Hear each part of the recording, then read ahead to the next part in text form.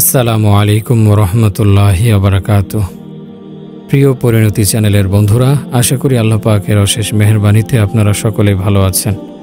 এ বিশ্ব জগতে যত ধরনের যা কিছু রয়েছে সবই আল্লাহ তাআলার সৃষ্টি। সেসবের সব কিছুই অতি বিস্ময়কর ও আশ্চর্যজনক। গোটা বিশ্বের যাবতীয় পদার্থ, আসমান ও জমিনের প্রতিটি বালুকণা নিজ নিজ ভাষায় সৃষ্টিকর্তার প্রশংসা ও পবিত্রতা বর্ণনা করছে। মহান আল্লাহ রব্বুল আলামিনের অসীম ক্ষমতা ও অনন্ত জ্ঞানের অবিরাম গুণকীর্তন করে চলেছে। আল্লাহ তাআলা বলেন, সৃষ্ট বস্তুর সবাই প্রশংসা করে চলেছে তাদের সৃষ্টিকর্তার, কিন্তু তোমরা তাদের প্রশংসার ভাষা বোঝো না। জগতের যেদিকে তাকাও সবকিছু অপার বিস্ময়ে ভরা, অবাক আর আশ্চর্যময়। জগতের বিস্ময়কর বিষয় ও জিনিস এত অপরিসীম যে কেউ লিখে বলে বা আলোচনা করে শেষ করতে পারবে না। এমনকি সব সমুদ্র, নদী ও জলাশয়ের পানি লেখার কালি হলো, জমিনে জন্মানো সব বৃক্ষরাজি কলম হলো, জগতের সব প্রাণী যদি লেখক হলো, আর অনন্তকাল ধরে আল্লাহ রব্বুল আলামিনের গুণকীর্তন লিখতে থাকে, তো সমস্ত পানি শেষ হবে, কলম ক্ষয়ে যাবে, প্রাণীরা মরে যাবে, তবুও তার প্রশংসা ও মহিমা, বিচিত্র সৃষ্টি কৌশল ও বিস্ময়কর শিল্প নৈপুণ্যের মহিমা খুব সামান্যই বলতে ও লিখতে পারবে। আল্লাহ তাআলার বিচিত্র সৃষ্টি ও মহিমার কোনো ভাগ না থাকলেও সৃষ্ট বস্তুকে মোটামুটি দুভাগে ভাগ করা যায়। তার মাঝে এক ভাগ সম্পর্কে আমরা কিছুই জানি না। এ ব্যাপারে আল্লাহ তাআলা বলেন, সুবহানাল্লাযী খালাকা কুল্লাহা মিম্মা তুমবিতুল আরদু ওয়া মিন আনফুসিহিম ওয়া মিম্মা লা ইয়ালামুন। আল্লাহ তাআলা পবিত্র, যিনি সমস্ত বস্তুকে বিপরীত জাতীয় জোড়ায় জোড়ায় সৃষ্টি করেছেন, জমিন থেকে বের হওয়া এবং মানব জাতিকেও, আর সেই সব বস্তুকে যার সম্পর্কে মানুষ জানে না। আর এক ধরন সম্পর্কে আমরা জানতে পারি, তার আবার দুটো রকম। একরকম আমরা চোখে দেখতে পাই না, যেমন আরশ, কুরসি, ফেরেশতা, দৈত্য, দানব, জিন, পরী। এ শ্রেণী সম্পর্কে চিন্তা করার ধারা খুব কঠিন। আর যে ধরনের সৃষ্টি আমরা চোখ দিয়ে দেখতে পাচ্ছি সে সম্পর্কে আমাদের আলোচনা। যেসব বিচিত্র সৃষ্টি বাইরের চোখ দিয়ে দেখা যায়, তাই আসমান, সূর্য, চাঁদ, তারা, অন্যান্য গ্রহ, উপগ্রহ, ভূমণ্ডল ও এর ভেতরের যাবতীয় পদার্থ, যেমন পাহাড়, পর্বত, অরণ্য, সমুদ্র, শহর, বন্দর, পার্বত্য অঞ্চলের মণিমাণিক্য, ভূগর্ভের সব খনিজ দ্রব্য, নানা জাতের উদ্ভিদ, আর মানুষ ছাড়া নানা ধরনের স্থলচর, জলচর, খেচর, ছোট বড় সব ধরনের প্রাণী রয়েছে। এসব প্রাণী ও পদার্থ সম্পর্কে ভাবতে ভাবতে শেষ পর্যন্ত নিজ সত্তা ও অস্তিত্ব সম্পর্কে চিন্তা করতে পারে। মানুষই হচ্ছে সবচেয়ে বেশি বিচিত্র, বিস্ময়কর সৃষ্টি। আল্লাহ তাআলা বলেন, অতুখরিজুল হাইয়্যা মিনাল মাইয়্যিতি ওয়াতুখরিজুল মাইয়্যিতা মিনাল হাইয়্য। আমি জীবনের ভেতর মরণকে প্রবেশ করাই, মরণের ভেতর থেকে বের করে আনি জীবনকে। প্রতিদিন প্রতিক্ষণ গোটা মানব সমুদ্র ও জীবজগতে মৃত্যু হানা দিচ্ছে, স্তব্ধ হয়ে যাচ্ছে জীবন। এটা তো সাধারণ চোখেই আমরা দেখি, কিন্তু মরণের ভেতর জীবনকে কিভাবে প্রতিষ্ঠিত করেছেন এটা সূক্ষ্ম দৃষ্টি দেখছে। সূর্য, তার আলো আপাত দৃষ্টিতে মৃত বা মরা, চাঁদের কিরণ সেও মরা, মরা মাটি, মরা বীজ, সেখান থেকে মরা ফসল, মরা সিম, শাক, আলু, কফি, শালগম, গাজর, পেঁয়াজ, রসুন, আদা, মরিচ, লেবু, শসা, টমেটো ও অন্যান্য, মরা মাছ, মরা গোশত, এগুলো রান্না করা হচ্ছে আগুনে, মরা জড় পদার্থে, কড়াই, হাড়ে, এগুলো মানুষ খাচ্ছে, পান করছে, হজম হচ্ছে।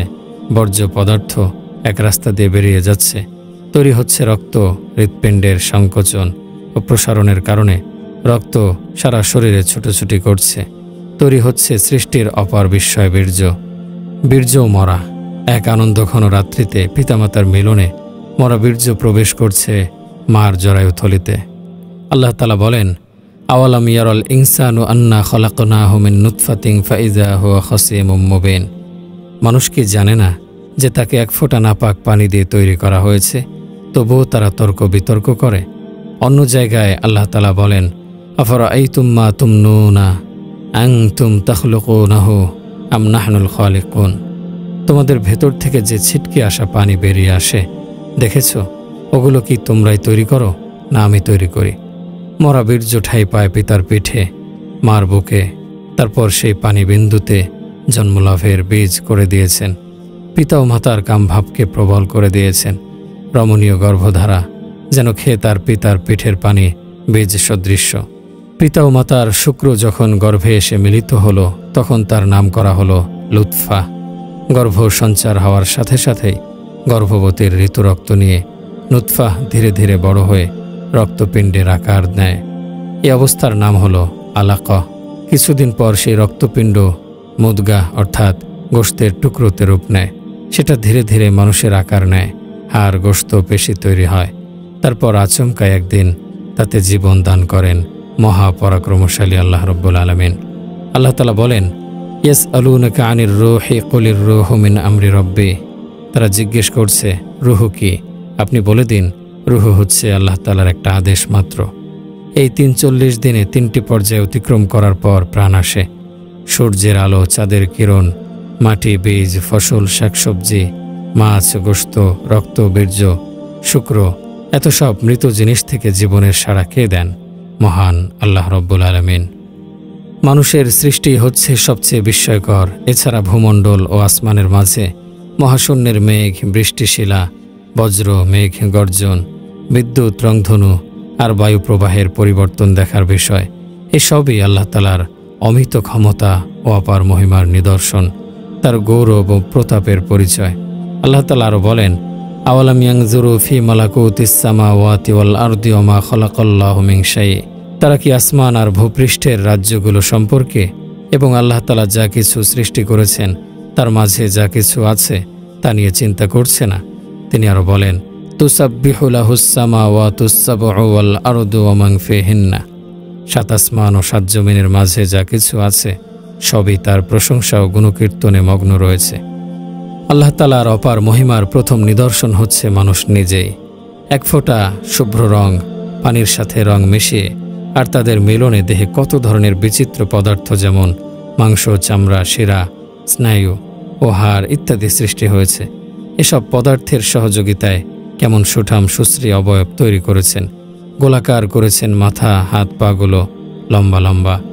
ওগুলোর সামনের দিকে 5টা করে আঙ্গুল, দেহের বাইরের দিকে চোখ, নাক, কান, মুখ, ঠোঁট, জিহ্বা, এছাড়া অন্য সব অঙ্গ প্রত্যঙ্গগুলো ঠিকমতো সাজিয়ে দিয়েছেন।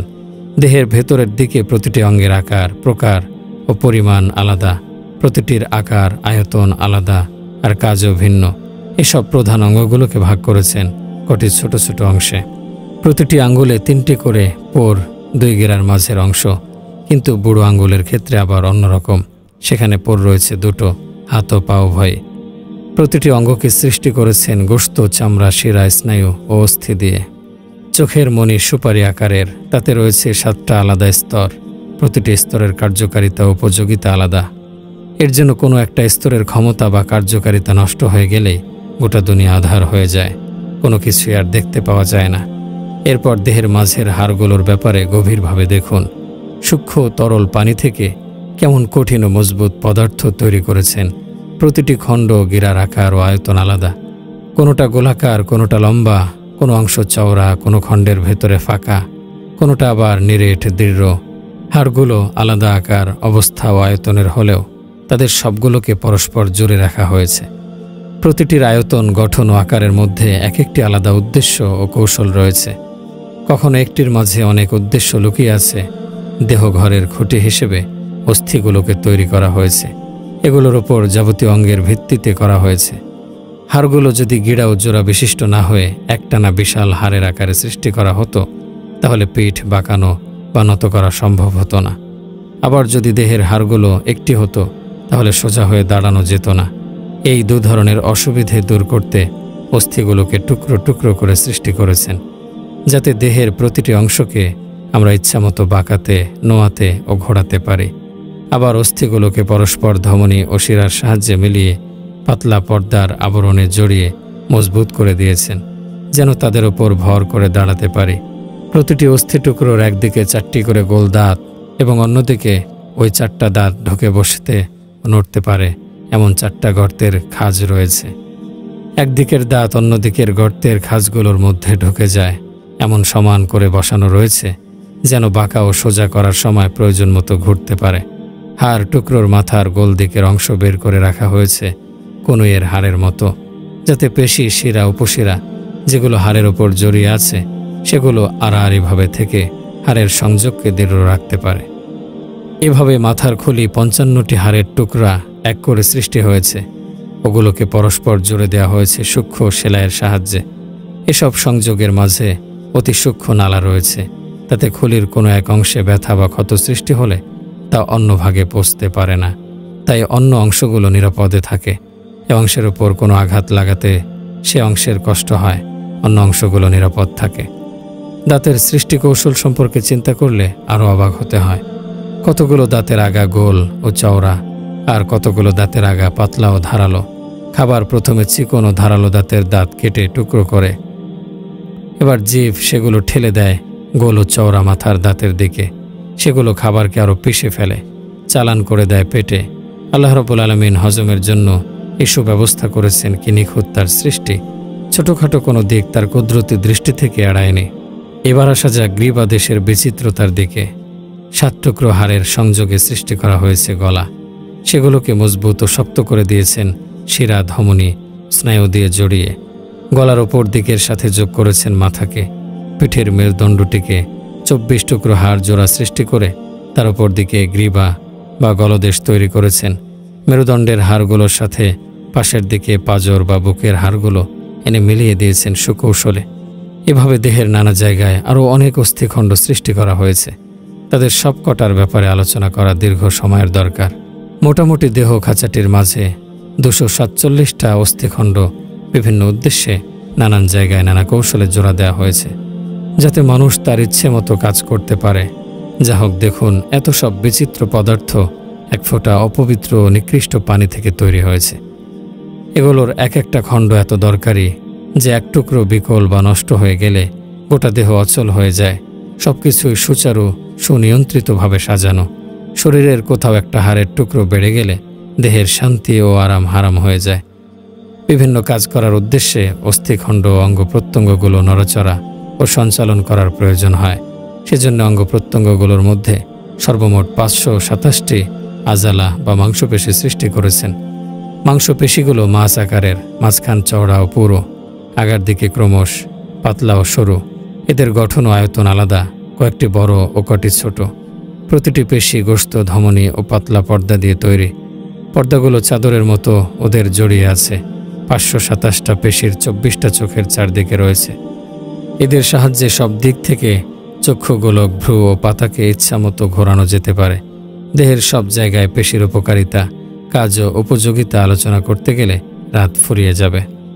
দেহের মাঝে মহান আল্লাহ রাব্বুল আলামিন 3টি কেন্দ্র তৈরি করেছেন, যেখান থেকে অনেক নালী, প্রণালী বা শাখা প্রশাখা বের করে দেহের নানা জায়গায় ছড়িয়ে দিয়েছেন।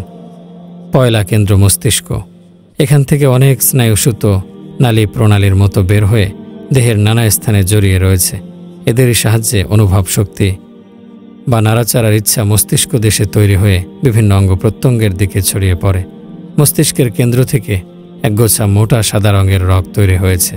মস্তিষ্ক থেকে বের হওয়া সেই নালী প্রণালীর মতো স্নায়ুমণ্ডলী যা গোটা শরীরে ছড়িয়ে রয়েছে, তাদের সাথে ওই মেরু শিরাটির যোগাযোগ করে দেয়া হয়েছে।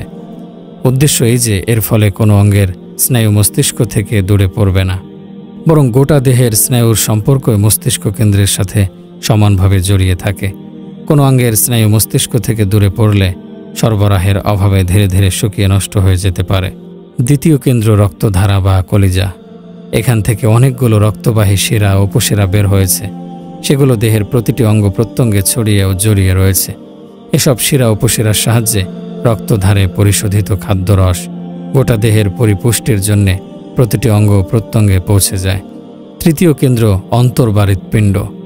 এতেও অনেক ধমনী ও স্নায়ু রয়েছে। এগুলো কেন্দ্র থেকে বের হয়ে গোটা দেহের মধ্যে ছড়িয়ে পড়ে। এদের সাহায্যে জীবনী শক্তি হৃৎপিণ্ড থেকে হয়ে শরীরের প্রতিটি অঙ্গ প্রত্যঙ্গের দিকে প্রবাহিত হয়।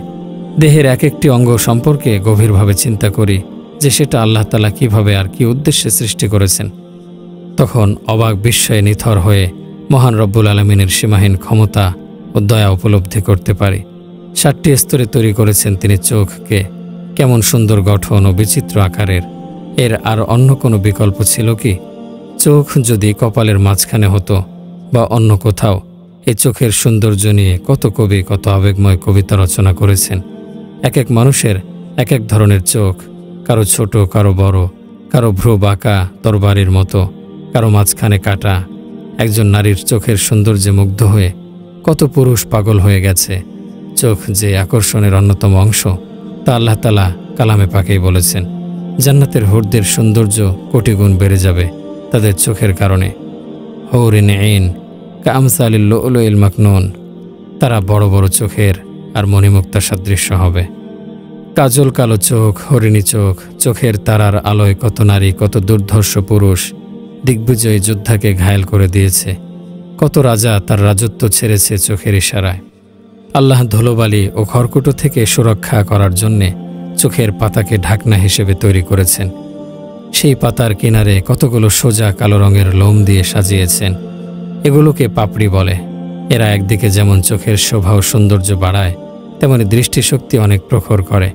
এছাড়া পাপড়িগুলো সোজা হবার কারণে ধুলোবালি উড়লে সহজে চোখকে বন্ধ করে নেওয়া যায়। তাতে চোখে ধুলোকুটো পড়ে না। পাপড়ি সোজা ও কালো হওয়ায় ওগুলোর ফাঁক দিয়ে অনায়াসে সামনের দিকের সব কিছুই পরিষ্কার দেখতে পাই। কালো না হয়ে অন্য কোনো রঙের বা নিচের দিকে বাঁকা হলে দৃষ্টি বাধা পেত। পাপড়িগুলো সামনের দিকে সোজাভাবে ছাউনির মতো ঢাকা, এজন্যে ওপর থেকে খড়কুটা বা তেমন কিছু পড়লে বাধা পায়। চক্ষুগোলক আর তার সাথের জিনিসগুলো আল্লাহ রাব্বুল আলামিনের বিচিত্র সৃষ্টি কৌশল ও আশ্চর্য শিল্প নৈপুণ্য।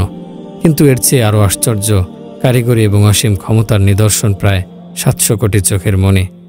এগুলো 2-3টে মসুর বিচির পরিমাণ, কিন্তু এর দেখার ক্ষমতা দিগন্ত বিস্তৃত গগনমণ্ডল আর সুবিশাল ভূমণ্ডল। আকাশ এত ওপরে, এত দূরে, কিন্তু পলকে তা পরিষ্কার দেখে ফেলছে নয়নমণি। একটু দেরি হয় না।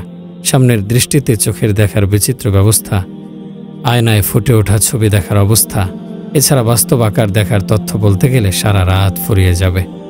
এবার কান সম্পর্কে ভাবি। আল্লাহ তাআলা কানকে সৃষ্টি করে তার প্রবেশ মুখে এক ধরনের কটু স্বাদের ময়লা জমে থাকার ব্যবস্থা করেছেন। এই কটু গন্ধ ও বিষাদ ময়লার জন্যে কোনো ধরনের কীট কানে ঢুকতে পারে না। আবার দেখুন, কানের রন্ধ্রপথটা শামুকের পেটের পথের মতো ঘোরালো করে তৈরি করেছেন। তাতে বাইরের শব্দ ওই প্যাচের মাঝে বাধা পেয়ে ধীরে, প্রগাঢ় ও গম্ভীর হয়। শেষে উঁচু আওয়াজ কর্ণকুহরে ঢোকে। আকৃতিটি ফানেলের মতো হওয়ার কারণে শব্দ একসাথে ঢুকে কানের পর্দার ক্ষতি করতে পারে না। রন্ধ্রপথটা পেঁচালো হওয়াতে ঘুমন্ত অবস্থায় পিঁপড়া বা পোকা একবারে শেষ মাথায় পৌঁছতে পারে না। ঘোরানো পথ পেরুতেই তার পায়ের আওয়াজ পেয়ে আমরা জেগে উঠি। তারপর এভাবে মুখ, নাক ও অন্যান্য বাইরের অঙ্গ প্রত্যঙ্গের আলোচনা করলে কয়েক রাত কেটে যাবে। এসব সম্পর্কে নির্জনে চিন্তা ভাবনা করলে মহাবিজ্ঞানময় আল্লাহ তাআলার শিল্প চাতুর্য, মহত্ব, দয়া, করুণা, জ্ঞান ও ক্ষমতার ব্যাপারে আমরা বুঝতে পারব। আমাদের মাথা শ্রদ্ধায়, বিস্ময়ে তার প্রতি ঝুঁকে যাবে। মাথা থেকে পা পর্যন্ত তার সৃষ্টি বৈচিত্র্যের আশ্চর্যজনক ও বিস্ময়ের বিষয় তার অসীম ক্ষমতা, বড়ত্ব ও শ্রেষ্ঠত্বের কথা মনে করে দেয়। আল্লাহ তাআলা বজ্রগম্ভীর কণ্ঠে বলেন, অফি আনফুসিহিম আফালা ইউবসিরুন। তাদের নিজের অস্তিত্বের মাঝেও আল্লাহ তাআলার অপার মহিমা ও ক্ষমতার বহু নিদর্শন রয়েছে। তারা কি চিন্তা করে না? শরীরের মাঝে অন্যতম অঙ্গ চোখ। সারা দুনিয়ার বর্তমান মানব সংখ্যা প্রায় 700 কোটি। প্রায় 700 জোড়া চোখ। কোথাও জোড়া চোখের সাথে অপর জোড়া চোখের রং, আকার, আয়তন ও সৌন্দর্যে মিল হবে না। কাকতালীয়ভাবে যদি কোনোটির মিল হয়েও যায়, তা এক আধটা। তারপরও খুব সূক্ষ্ম দৃষ্টিতে দেখলে তাতে কোনো না কোনো অমিল পাওয়া যাবে। আরেকটি অঙ্গ হচ্ছে নাক। কারো নাক খাড়া, কারো লতি বিচ্ছিন্ন, কারো বোচা, কারো টিকলো। প্রায় 700 কোটি নাক আলাদাভাবে চিহ্নিত করা যাবে। তেমনি কান, কারো নিখুঁত, কারো জোর, কারো লতি কানের সাথে সেটে গেছে। এমন মানুষও রয়েছে যার কানে শুধু 2টো ফুটো। তেমনি হাত, পা, আঙ্গুল সব আলাদা। স্রষ্টা এতই দক্ষ, এত বড় কারিগর, এমন নিপুণ আর নিখুঁত শিল্পী যে এতগুলো মানুষের মাঝে মিল করে ফেলেননি, নিজের অক্ষমতার পরিচয় দেননি।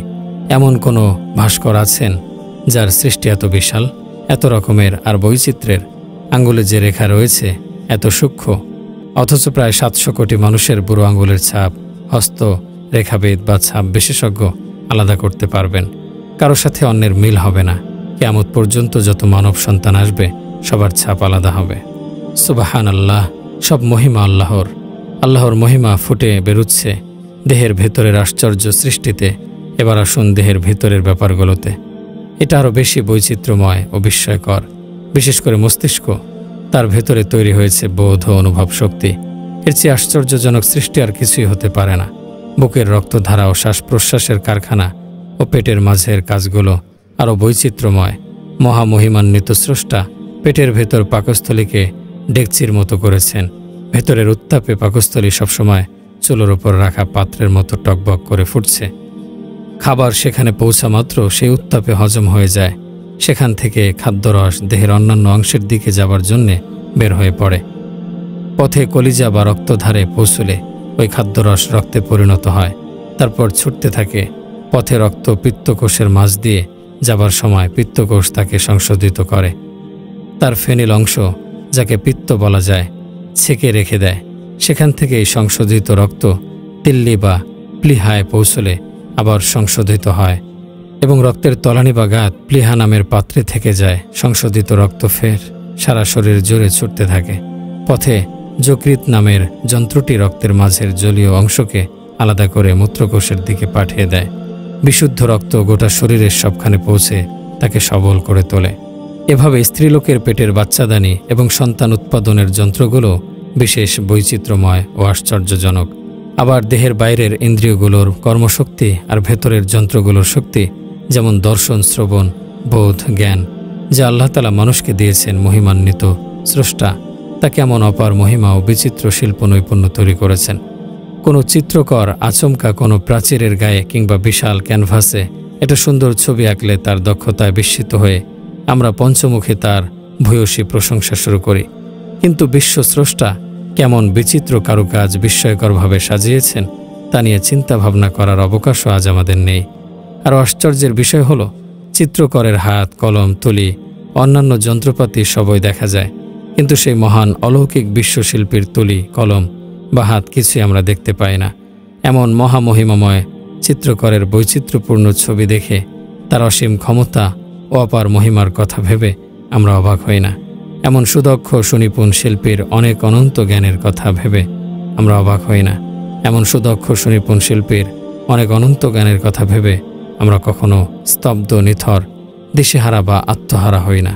তার অসীম দয়া ও অপার করুণার কথা ভেবে আমরা বিস্ময়ে বিমুগ্ধ হই না। যিনি মায়ের পেটে আমার উপর এমন করুণা করেছেন যে তখন আমি খাবারের মুখাপেক্ষী ছিলাম, কিন্তু যদি খিদে মেটানোর জন্যে মুখ খুলতাম তাহলে তখনই অনেক ঋতু রক্ত মুখ দিয়ে পেটে ঢুকে আমাকে ধ্বংস করে দিত। তখন আমার জন্যে কত সুন্দর ব্যবস্থা করেছিলেন দয়ালু প্রতিপালক মহান রব্বুল আলামিন। মুখ বন্ধ করে দিয়ে নাভিপথে নিতান্ত প্রয়োজন পরিমাণ খাদ্যরস পেটে পৌঁছে দিয়েছেন তিনি। যখন জন্ম নিলাম তখন আবার নাভিপথ বন্ধ করে মুখ খুলে দিলেন, কারণ তখন মুখ দিয়ে খাবার খেলে আর কোনো ভয় ছিল না। মাতার নিজের বিবেচনা মতো ছেলেকে প্রয়োজনীয় খাবার খাইয়েছেন। আরও দেখার বিষয়, শিশু সময়ে শরীর ও হজম শক্তি দুর্বল ছিল বলে কঠিন খাদ্য খাওয়ার শক্তি ছিল না। তখন দয়ালু আল্লাহ তাআলা মায়ের দুধের মতো তরল ও সহজে হজম হয় এমন খাবারের ব্যবস্থা করেছিলেন। সেজন্য ভূমিষ্ঠ হবার অনেক আগেই মার বুকে দুটো স্তন সৃষ্টি করেছেন, আর ঠিক জন্মলগ্নে ওই স্তন দুটোর মাঝে দুধ দিয়ে পরিপূর্ণ করে দিয়েছেন, যেন এখনই আসা শিশুটির কষ্ট না হয়। সেই স্তন দুয়ের বোটার আয়তন শিশুর মুখের হা অনুযায়ী সৃষ্টি করে দিয়েছেন। সেটা থেকে অতি সূক্ষ্ম অনেক নালী দিয়ে দুধ বের হবার ব্যবস্থা করেছেন। না করলে বেশি দুধ শিশুর মুখে ঢলে পড়ে নষ্ট হতো। আল্লাহ তাআলা শিশুর মার বুকে এক ধারণাতীত শক্তি দান করেছেন, যা ধোপার মতো কাজ করছে। কারণ যে সাদা রঙের দুধ বের হয়ে আসছে তা মার রক্ত ছাড়া আর কিছু না। মাতৃস্তনে লাল বর্ণের যে রক্ত এসে জমা হয়, বুকের ধোপার শক্তি তাকে ধুয়ে সাদা রঙের দুধে পরিণত করে। এছাড়া রক্তের স্বাভাবিক অপবিত্রতা দূর করে পরিষ্কার পরিচ্ছন্ন করে শিশুর মুখে পাঠিয়ে দেন। আবার দেখুন, যখন আমি জন্ম নিলাম তখন আমার মা যে কষ্ট পেয়েছে তা মৃত্যু কষ্টের কাছাকাছি। এমন মাকে দেখা গেছে যে প্রসব বেদনায় কাতর হয়ে বিছানা ছেড়ে ছুটে পালাতে চেয়েছে। অনেক মা তো মৃত্যুকে বরণ করে নিয়েছে। প্রসব বেদনায় মোহমান মা, তার বিছানার পাশে এক বালতি রক্ত। কাজেই স্বাভাবিকভাবে এই মায়ের কাছে তার শিশুটি বড়ই অনাহত। যে কষ্ট সে দিয়েছে তাতে অন্য কেউ হলে সে হতো তার জীবনের সবচেয়ে বড় দুশ্মন। কিন্তু স্রষ্টার অপার মহিমা, যেখানে ঘৃণা, হিংসা আর প্রতিশোধ পরায়ণ হয়ে ওঠার কথা, সেখানে শিশুকে দেখার সাথে সাথে সারা যাতনা, সব বেদনা, সব ব্যথা, যন্ত্রণা আর কষ্ট মুহূর্তে উড়ে যায়। সেখানে জন্ম নেয় ভিন্ন অনুভূতি, তা হচ্ছে তীব্র মায়া। মা পরম স্নেহে নারীছেঁড়া ধনটিকে বুকের মাঝে আঁকড়ে ধরে। সতর্ক হয়ে ওঠে তার দুর্বল শরীরের প্রতিটি স্নায়ু, প্রতিটি তন্ত্রী, কারণ শিশুটির নিরাপত্তা পরম মমতার আধার করুণাময় আল্লাহ তাআলা তখনই তার অসীম অলৌকিক ক্ষমতা দিয়ে বুকের অসংখ্য নালীর ভিতর দিয়ে বইয়ে দেন ঝর্ণাধারা, সাদা শুভ্র পবিত্র অমীয় ধারা। মা কেঁদে ওঠা শিশুর মুখে ঠেলে দেয় স্তনের বোটা। শিশু শিউরে ওঠে পরমানন্দে, স্থির নিথর হয়ে যায়। আল্লাহুম্মা সাল্লি আলা মুহাম্মাদিন ওয়া আলা আলি মুহাম্মাদ কামা সাল্লাইতা আলা ইব্রাহিম ওয়া আলা আলি ইব্রাহিম ইন্নাকা হামিদুম মাজিদ। আল্লাহুম্মা বারিক আলা মুহাম্মাদিন ওয়া আলা আলি মুহাম্মাদ কামা বারাকতা আলা ইব্রাহিম ওয়া আলা আলি ইব্রাহিম ইন্নাকা হামিদুম মাজিদ। হে আল্লাহ, ইসলাম ও মুসলমানদের মান সম্মান বাড়িয়ে দিন। হে আল্লাহ, ইসলাম ও মুসলমানদের প্রভাব প্রতিপত্তি বাড়িয়ে দিন। হে আল্লাহ, ইসলাম ও মুসলমানদের শান শৌকত বাড়িয়ে দিন। হে আল্লাহ, শিরক ও মুশরিকদেরকে লাঞ্ছিত অপদস্থ করুন। হে আল্লাহ, হে দয়াময় প্রভু, হে মহাশক্তিশালী, হে পরাক্রমশালী, তোমার দিন, তোমার কিতাব ও তোমার নবীর জীবন আদর্শকে সাহায্য করুন। হে আল্লাহ, আমাদেরকে তথা সকল মুসলমানকে দিনের জ্ঞান দান করুন। হে আল্লাহ, আমাদেরকে তথা সকল মুসলমানকে দিনের বুঝ দান করুন। হে আল্লাহ, আমাদেরকে তথা সকল মুসলমানকে দিনের প্রজ্ঞা দান করুন। হে আল্লাহ, হে রহমানুর রাহিম, আমাদের তওবা কবুল করে নিন। হে আল্লাহ, আমাদের সামনের পিছনের প্রকাশ্য গোপন ও জানা অজানা সকল গুনাহ ক্ষমা করে দিন। আপনি অনাদি, আপনি অনন্ত, আপনি ছাড়া কোনো ইলাহ নেই। হে আল্লাহ, আমাদের সকল কাজের পরিণাম শুভ করে দিন। আমাদেরকে দুনিয়ার লাঞ্ছনা ও আখিরাতের আযাব হতে মুক্তি দান করুন। হে চিরঞ্জীব, হে নিয়ন্ত্রক, আমাদের সকল কাজ ও কর্ম সুন্দর করে দিন। এক মুহূর্তের জন্য আমাদেরকে আমাদের উপর ছেড়ে দেবেন না। হে আল্লাহ, আমাদের জীবিত মৃত সকলকে ক্ষমা করে দিন। মৃতদের কবরকে আলোকিত করে দিন। তাদের নেক কাজসমূহকে বহুগুণ বাড়িয়ে দিন। তাদের গুনাহসমূহকে ক্ষমা করে দিন। হে আল্লাহ, আমাদের দেশ ও অন্যান্য মুসলিম দেশসমূহকে নিরাপদ ও নির্বিঘ্ন রাখুন। হে আল্লাহ, আমাদেরকে প্রকাশ্য অপ্রকাশ্য সকল ফিতনা ও দুর্যোগ থেকে রক্ষা করুন। হে আল্লাহ, মুসলমানদের মধ্যে যারা বিপদগ্রস্ত তাদেরকে বিপদমুক্ত করে দিন। যারা ঋণগ্রস্ত তাদের ঋণ পরিশোধের ব্যবস্থা করে দিন। যারা অসুস্থ তাদেরকে দ্রুত সুস্থতা দান করুন। হে আল্লাহ, আমাদেরকেও আমাদের সন্তানদেরকে শয়তান ও তার বাহিনীর ধোঁকা হতে রক্ষা করুন। নিশ্চয় আপনি সকল বিষয়ে ক্ষমতাবান।